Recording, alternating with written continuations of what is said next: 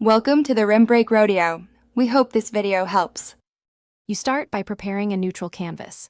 Cleanse and blot oil so texture won't reflect light and wash out contrast. Once done, apply a matte primer to control shine and make colors sit cleanly on the skin.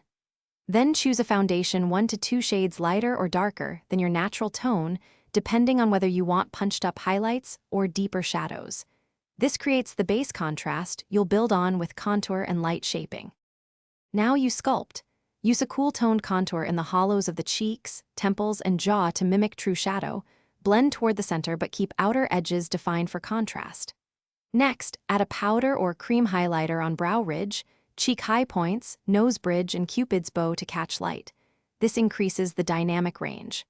Finally, set with a matte bronzer under the chin and at hairline to anchor the face and maintain separation from background. Finish by refining edges and setting everything. Lightly dust translucent powder to lock contrast without flattening the sculpt. Make sure your lighting matches the look. A hard side light or a 45 degrees key light will exaggerate highlights and shadows, so position lights after makeup.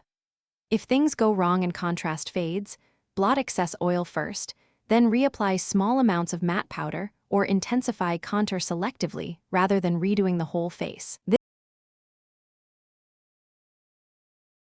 Thanks for watching. Consider subscribing if we helped you.